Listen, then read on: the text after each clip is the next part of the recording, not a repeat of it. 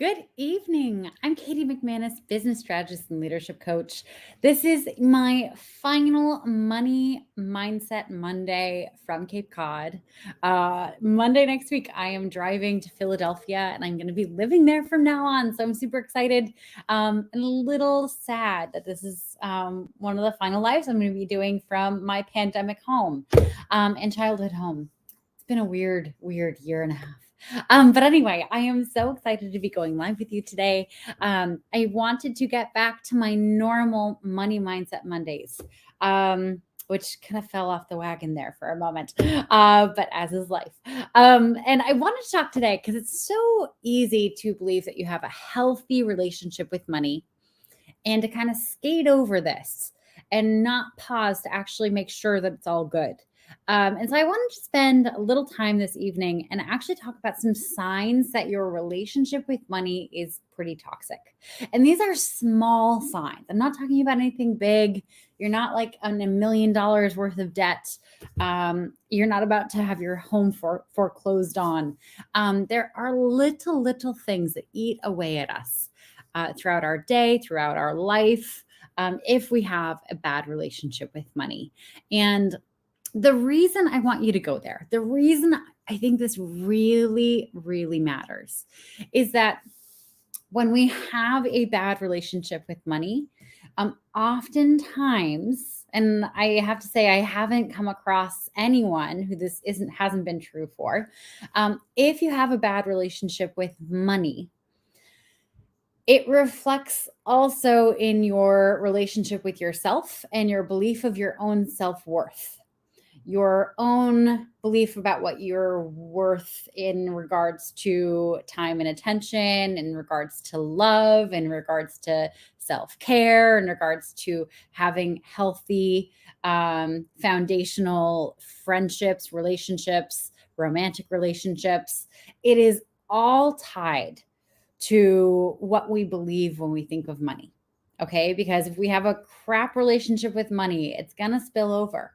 The way I describe this to my clients who are working with me to build their businesses is, so you're building a business obviously because you want to be able to generate an income, unless you're independently wealthy and it's a side hobby. But here's the thing about a business and a bad relationship with money. Have any of you ever lived in an area where there are lots of like small ponds around? I grew up on Cape Cod and I'm here right now. So Cape Cod was created by a glacier way back in the day. And there are all these little like smaller glaciers that basically melted into all these little ponds. And they're beautiful, idyllic places to have a house on the edge because it's kind of a safe, like secluded way or place to go swimming. There are fish, if you like fishing, there are swans and ducks, and it's just gorgeous. But the people who typically buy on the edge of the pond are fairly well off because it's a waterfront property. And they want their properties to look really nice. And so what do they do with the landscaping? They put a ton of fertilizer in it. Now, the fertilizer seems to do well for the lawn. It does well for the roses, the vegetable patch, whatever you have. But when it rains, all that nitrogen-rich fertilizer, guess where it gets washed into? Into the pond. And guess what happens to the pond? There becomes a very toxic algal bloom that kills everything. Okay, so it's a very detailed metaphor, but this is what happens when you try to build anything with a bad relationship with money. It may look nice to start. It may appear to be all fine and good, but ultimately it's going to poison the pond that you paid so much money to be on, and you won't be able to utilize it. And so I don't think any of us live like that. So here are 4 signs that you have a crap relationship with money. And I'm also going to be talking about some ways to heal it. And for those of you who are curious about more of this work, this is part of the 6-month group program that I'm rolling out in November called BYOB, Build Your Own Business. Money work is so critical to building a successful business that there's a bigger section on it in that program. So if you're curious about that, then just reach out to me. But for now, I'm just going to dive right in. So number 1, Sign that you have a crap relationship with money is that you are terrified of checking your bank accounts. You are terrified. Like the idea of checking your bank accounts gets your heart beating a little faster. Maybe your palms start sweating. Like this is a physical fear that you have. When credit card statements come in, you avoid them. You don't open them right away because you know that opening them will cause more stress. And you feel like just not knowing is better than knowing. And if you have a healthy relationship with money, you're going to hear me say this and you're like, what is she talking about? She's crazy. Like, why would I be afraid of my checking account? This is a big thing for people who have a really unhealthy relationship with money. And I can say this from experience because I used to be there. I used to have the worst fear and anxiety whenever I had to go in and check my bank account to see what the balance was. My credit card bills, like, oh my God, like I like my body's having, I don't know, like memories in it of that. Like my stomach started gurgling when I started thinking of that. I don't have credit cards anymore. And I don't agree with them. I don't want to use them because of the trouble I got in because I was so unhealthy in my money. But if you're in this, let's talk about the cost. Okay. So ignorance is not bliss. Let's just nip that little belief in the bud. Okay. Ignorance is not bliss. If you don't know what's going on with your money, I guarantee you are spending money on shit that you don't need to be spending money on. B, you're going to run out of money from time to time. And that's going to be extra stressful. Who has ever run out of money at one point or another? And by the way, if you're starting a business or you're scaling your business, this is actually a really normal phase in that process. Okay. So if you're scaling a business and you haven't run out of money before, but you're kind of coming up against that now, I just want to tell you, take a deep breath. It happens to the best of us. Okay. It's honestly one of the worst parts of growing a business, but it happens. But if you have a bad relationship with money, this doesn't just happen in your business. This happens in your personal life as well.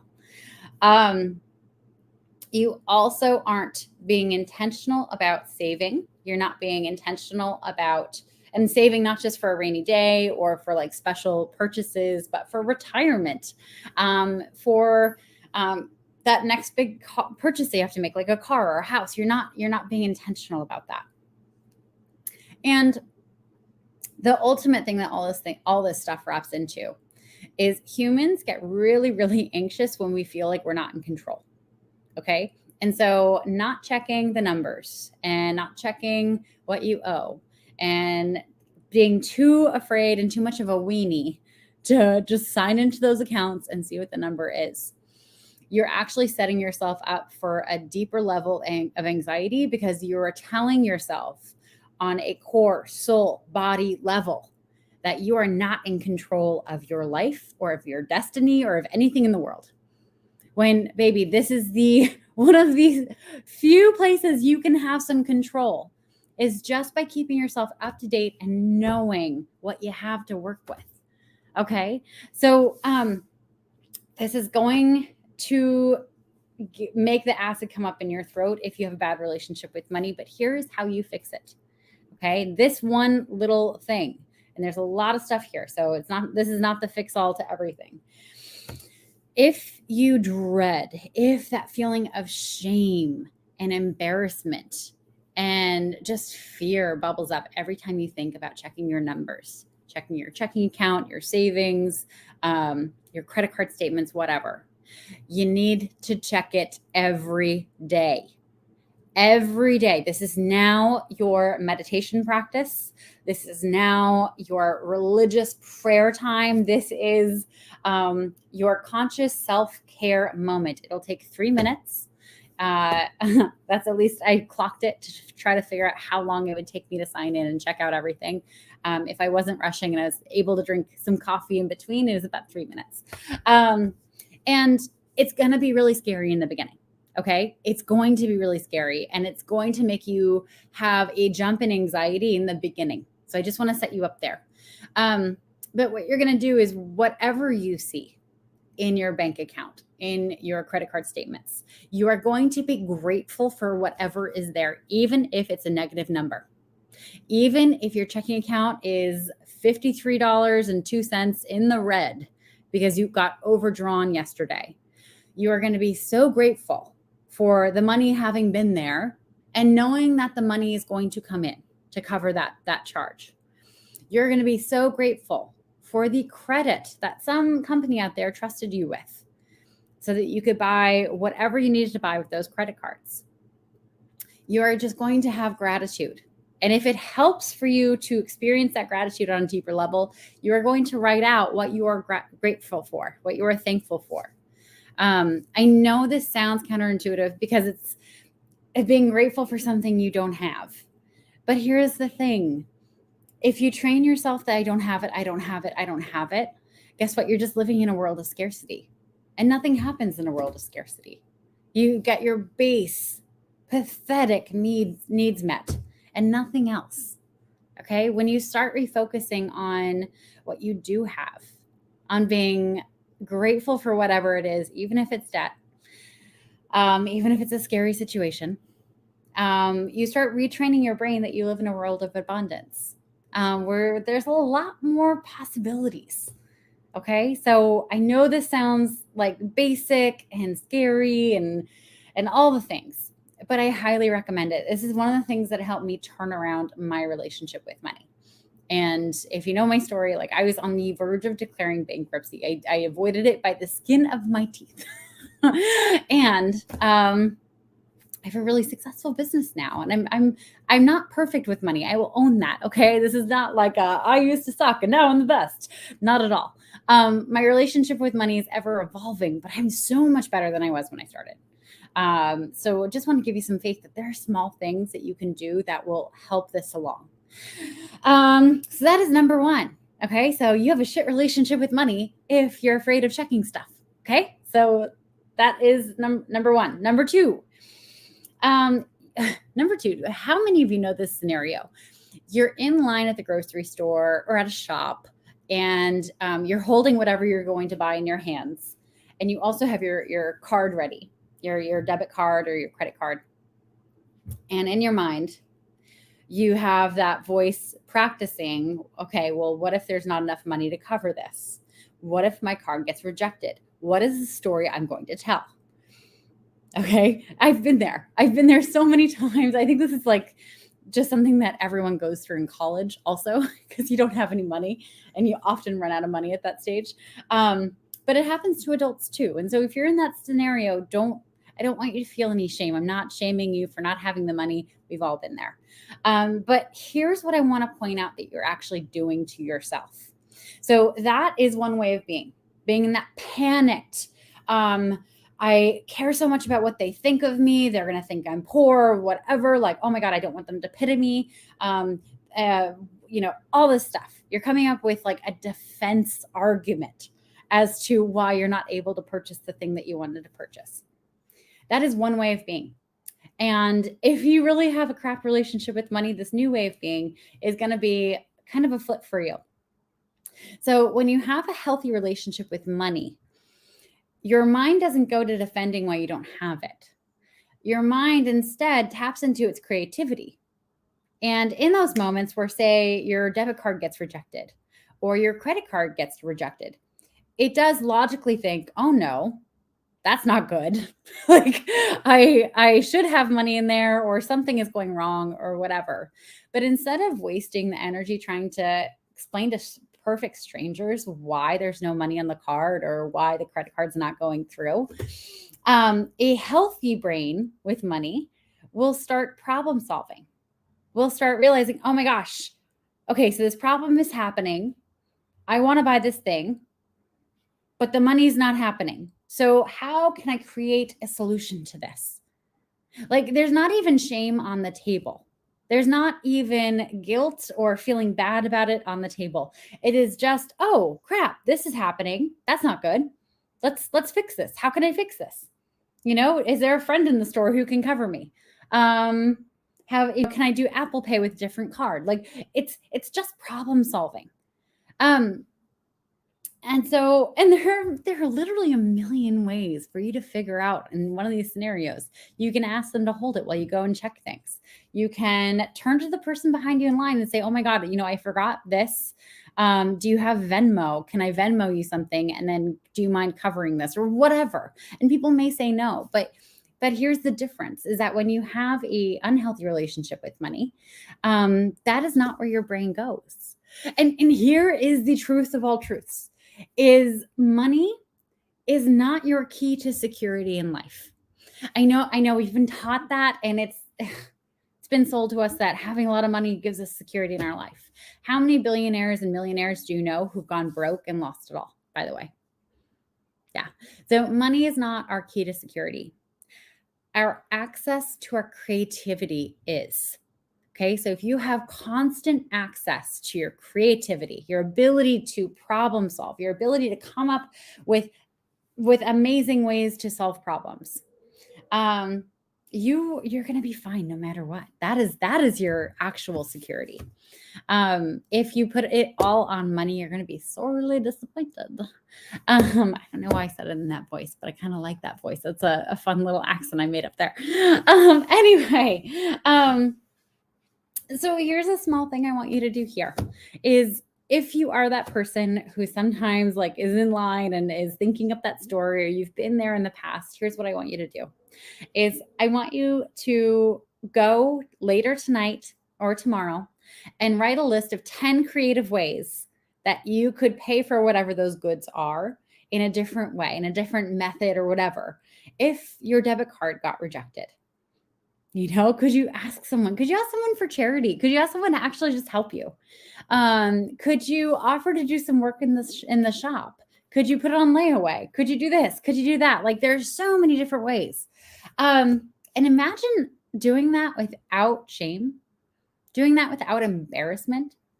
Like, oh my gosh, this thing happened. Hey, do you mind helping me? I'm just kind of in a bind in the moment. Oh my gosh. Calling a friend who lives nearby to come and help you out.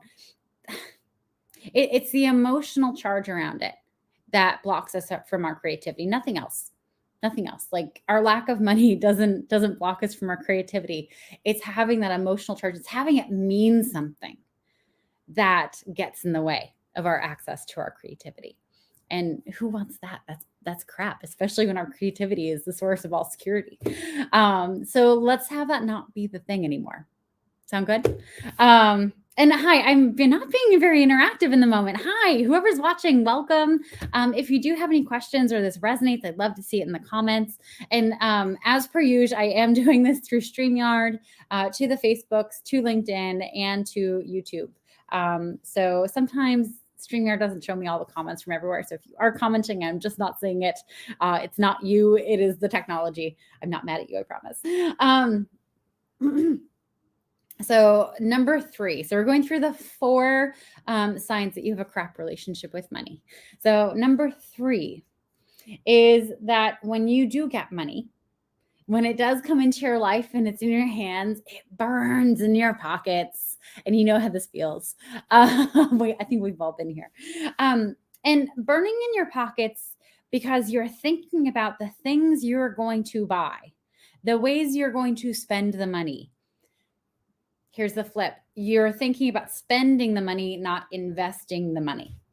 Okay. So if you get like an influx of $30,000 and you really wanted to buy a home as an investment, or you need to purchase a new car because your old car is crapping out and it's making you unreliable for work and you may lose your job.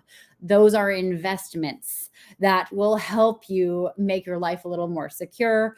It'll build your portfolio in the case of the property. It'll have you accrue equity, all those things.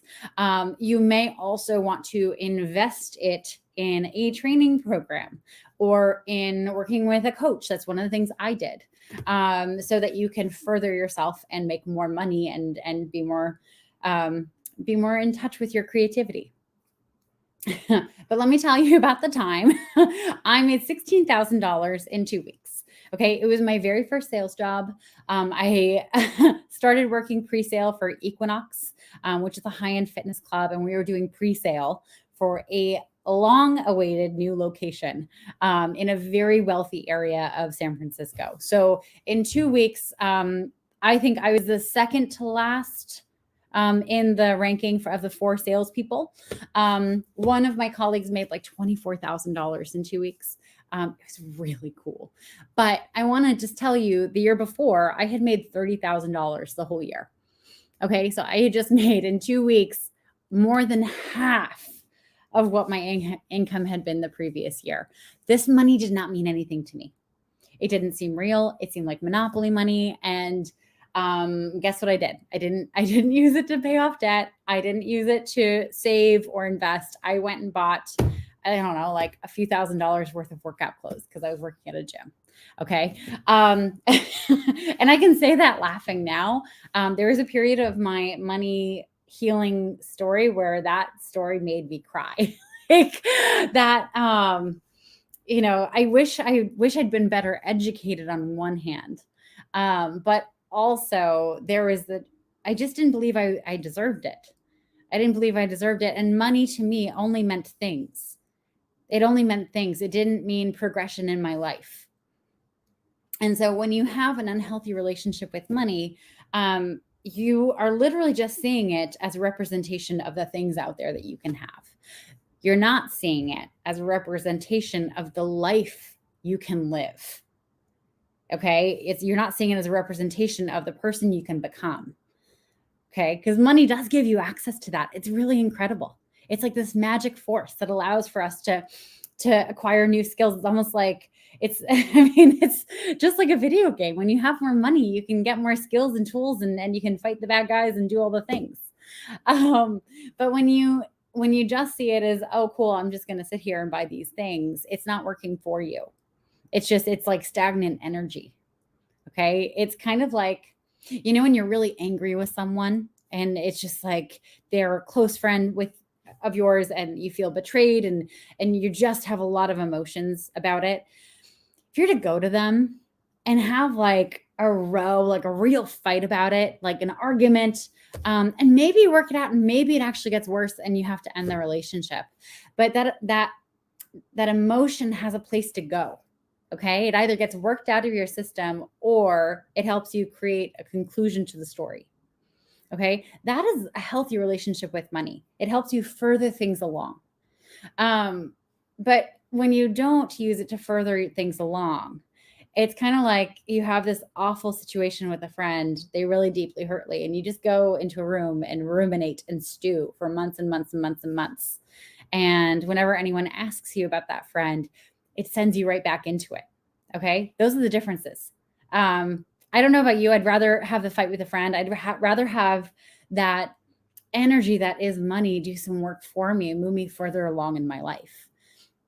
And so I'd actually, the thing that I want you to work on here is look at the investment possibilities that are available to you. Okay. And I know it's scary, especially when you're crappy with money, you don't have a lot to call in a financial advisor, but I highly recommend calling a financial advisor and playing the what if game with them. So ask them, what if I had $10,000? What would you help me do? Or what would you have me do to make that money grow? What would be the best way for that? And what if I did this? And what if I did that? And what if this? What if that? And say, okay, none of this stuff is true. Maybe some of it is. How can we make this true? And they're brilliant. They're trained to do this. They're trained to help you make more money. So go and do that. Okay. So it's another homework. I'm giving you guys a lot of homework. Okay. So if you do just one of these things, I want to hear about it. So send me a DM. And like I said, this is just kind of an overview of the 4 ways that you may have small things happening that indicate that you have a shitty relationship with money. If you do have a shit relationship with money, you're trying to build a business, I'm doing a deeper program on this in the BYOB program that's coming out in November. It's going to be bomb.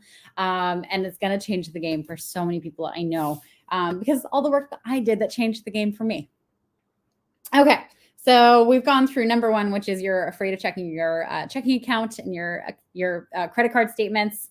Number 2, you have those rejected responses like queued up whenever you're in line. You're worried about money being in the bank. Number 3, you're thinking money equals stuff to buy or things to buy and not ways to grow. Number 4, this is a big one.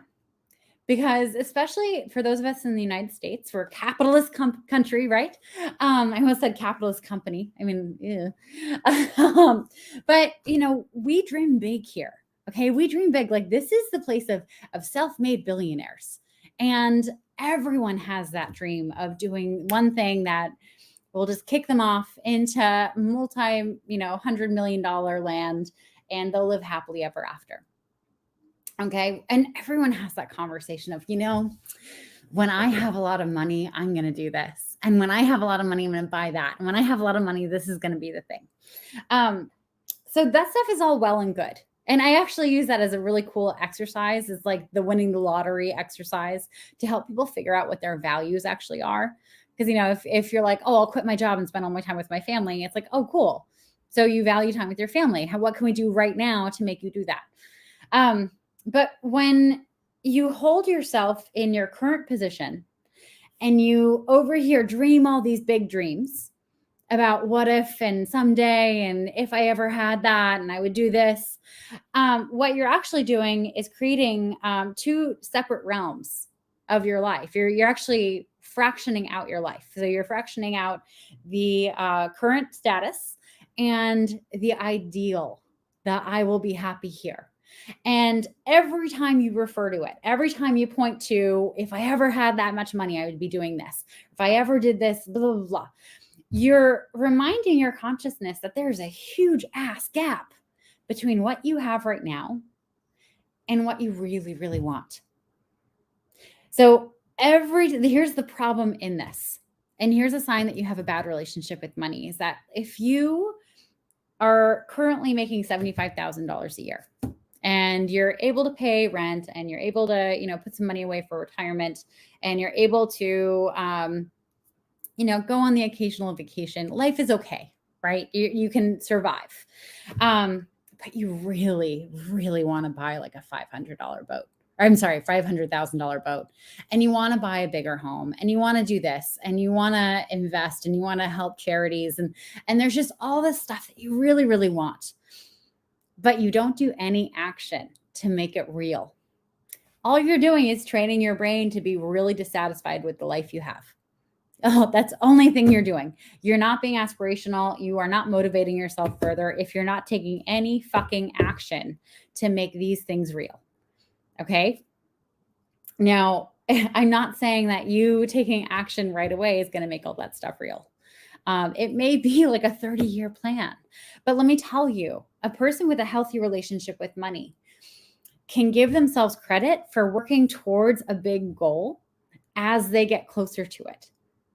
Okay? They have more access to freedom as they get closer to it.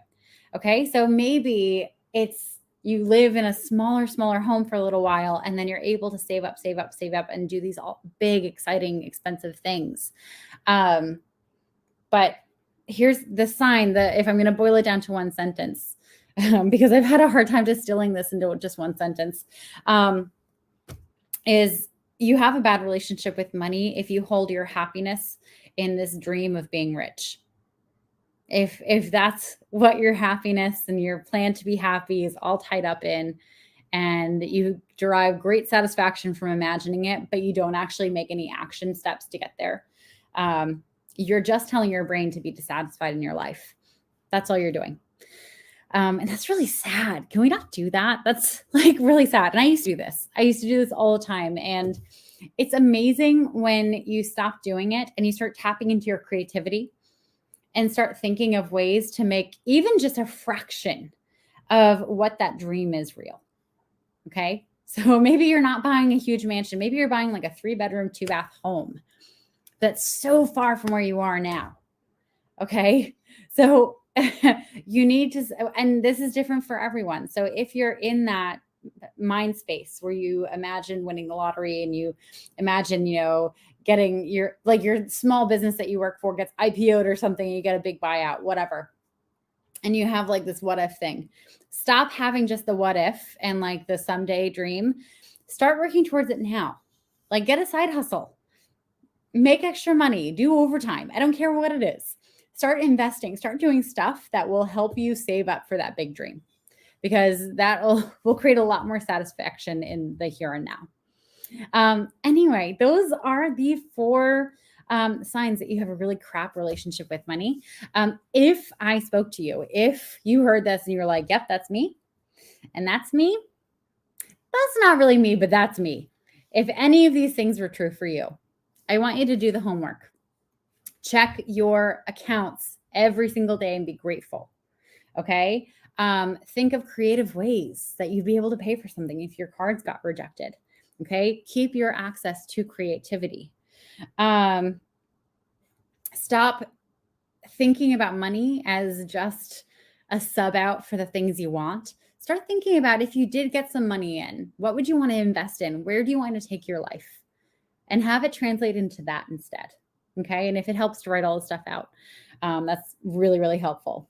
And the 4th one is a big homework piece. I don't expect you to do it tonight, but if you have that big dream of the stuff that you want to do when you're ultra rich, when you win the lottery, whatever, I'm not making fun of it, but you need to start making small actions to make parts of it true at some point.